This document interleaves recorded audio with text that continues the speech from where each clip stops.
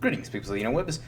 So, I decided to cave in and satiate my curiosity by seeing the Fantastic Four, because after hearing overall pretty good reviews, and the fact that this movie is, isolated from the rest of the Marvel Universe in the sense that it takes place in a different universe other than 616, like the rest of the MCU, and, not having to watch, previous shows and films, because the last Marvel thing I watched was Deadpool and Wolverine. And the main reason that I watched that is because it was kind of similar. Isolated, didn't have a whole lot of connections to the MCU, but digressing. So, anyways, Fantastic Four.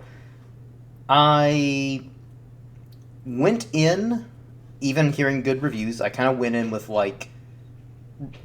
really no expectations. Because lately, I just feel like a lot of movies, even ones that I had interest in, have kind of been, I don't know, underwhelming or just didn't quite do anything for me.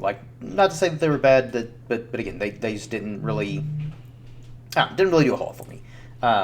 So all that to say, went into Fantastic Four hoping for the best, but still didn't really have expectations, good or bad. And gotta say, I am pleasantly surprised that it's pretty good. I'm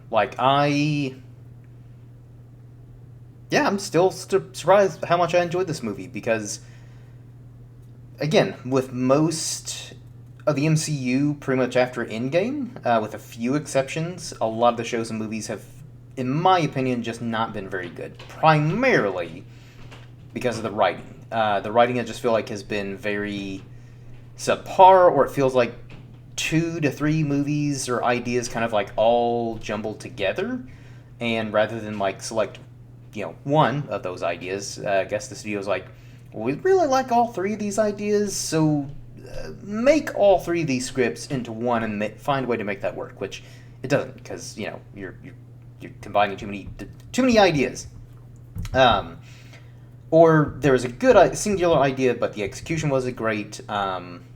But again, all that to say that, for me, the MCU has taken a nosedive pretty much ever since Endgame. And I think I should probably also mention that that's probably one of the reasons why Fantastic Four, to me, seems so much better, is because the bar has been set so low.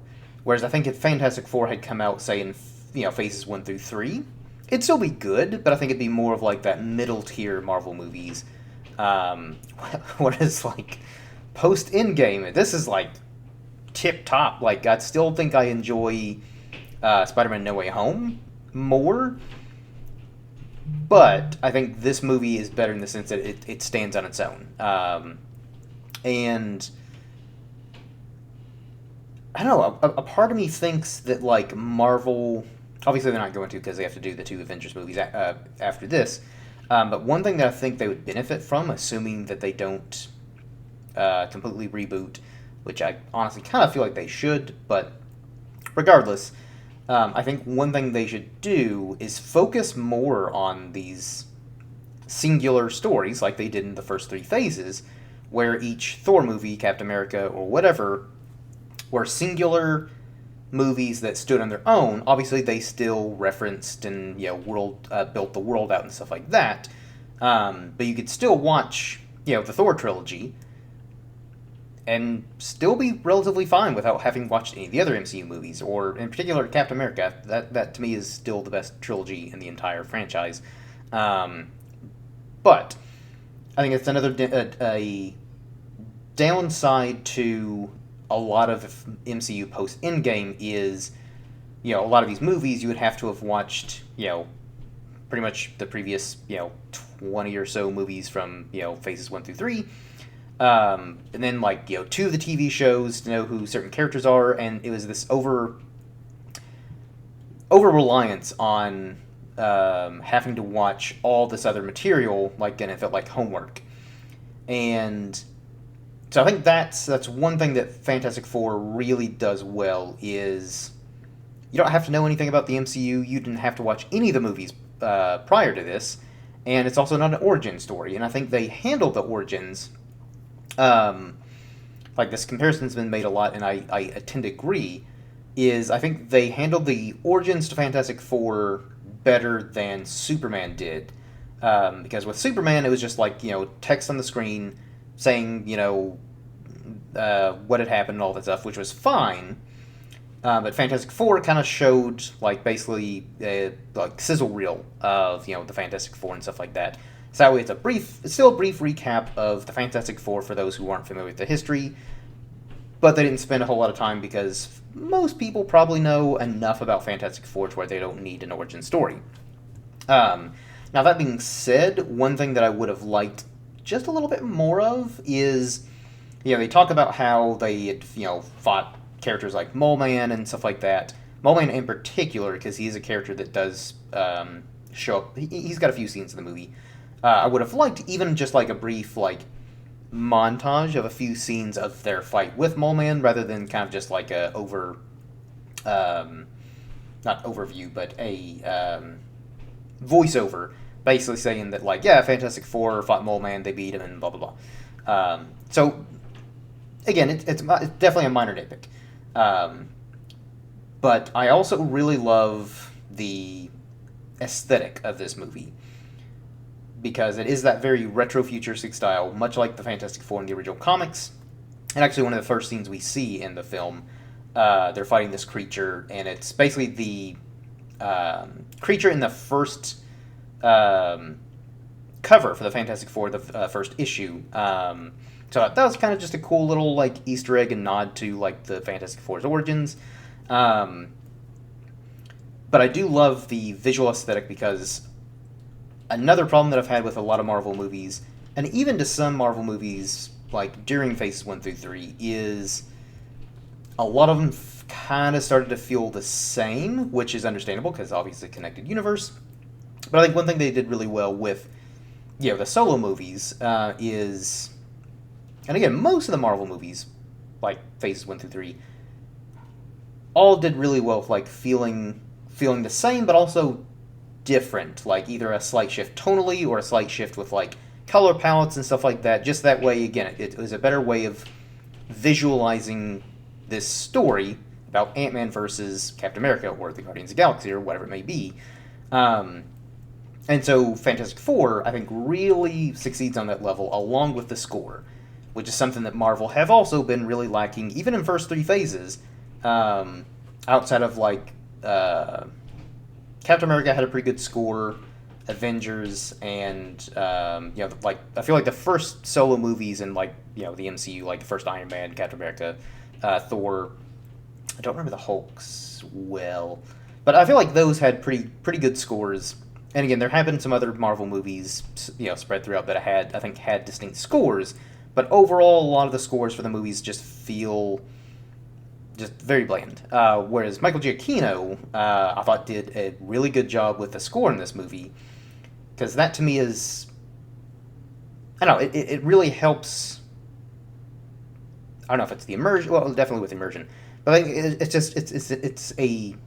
it's something that just adds a little extra.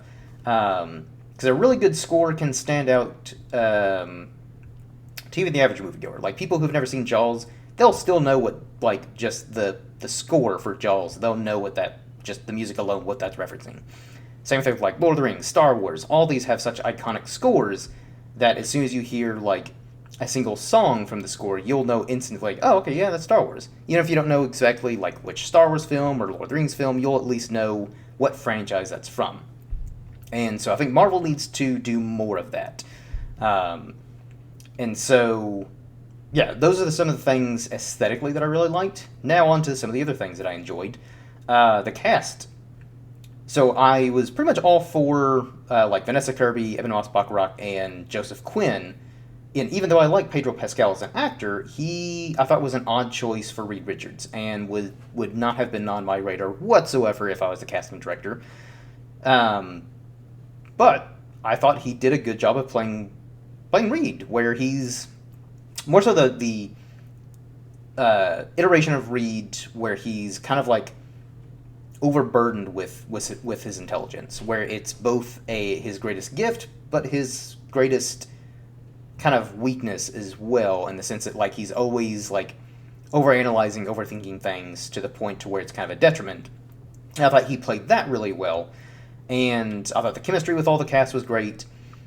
I maybe would have liked to see them do more stuff as a team throughout the film, but at the same time, because there really aren't a whole lot of like big action set pieces in this movie compared to like other Marvel movies or just superhero movies in general, or even blockbuster movies in general.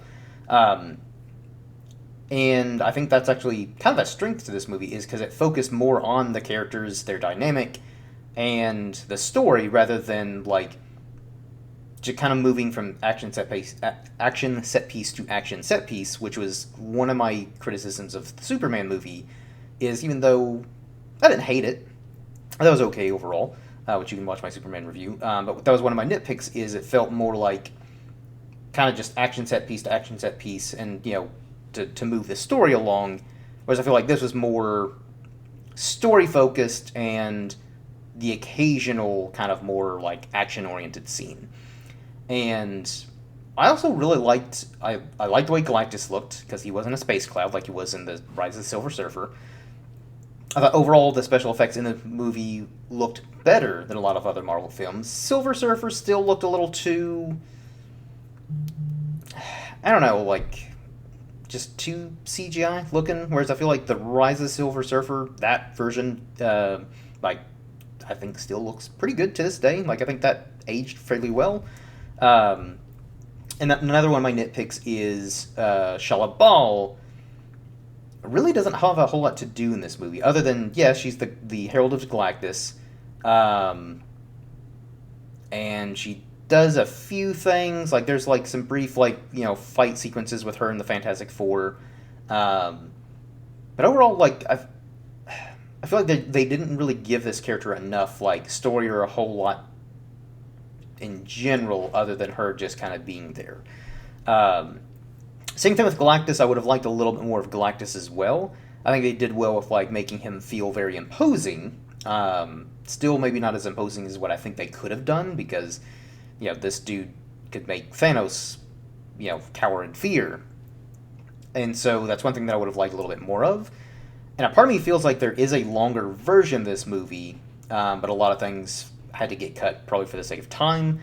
And even some of my nitpicks, like a little lack of like character development or just much in general of like Shala Bal or Galactus, those are things that I would have liked to have seen more of. And so I'm actually curious if there are either they'll probably not do an extended cut because I don't think Marvel's ever done an extended cut of any of their films. But hopefully there's at least like deleted scenes that they'll release to just kind of flesh them out that way. But yeah, no, Fantastic Four, pretty solid overall. Like, again, visuals are pretty good. I like the characters. I like the cast. Score was definitely one of the standouts. Now, Franklin Richards, I feel like was kind of a MacGuffin, and there were like a lot of conveniences in this movie for the sake of like moving the story along. That, again, admittedly are nitpicky, but nothing in this movie, I think, truly worked to the detriment of it, like a lot of other Marvel movies and shows where they were just so poorly written to where it was frustrating to watch. Whereas this, I really just have very minor nitpicks. And as a whole, I feel like this is a pretty solid MCU movie. Now, I'm not going to say that like this is the return to form, and that this is going to save the Marvel universe, because there's just been too much damage done, and is good as I think it is, and as much as I enjoyed it.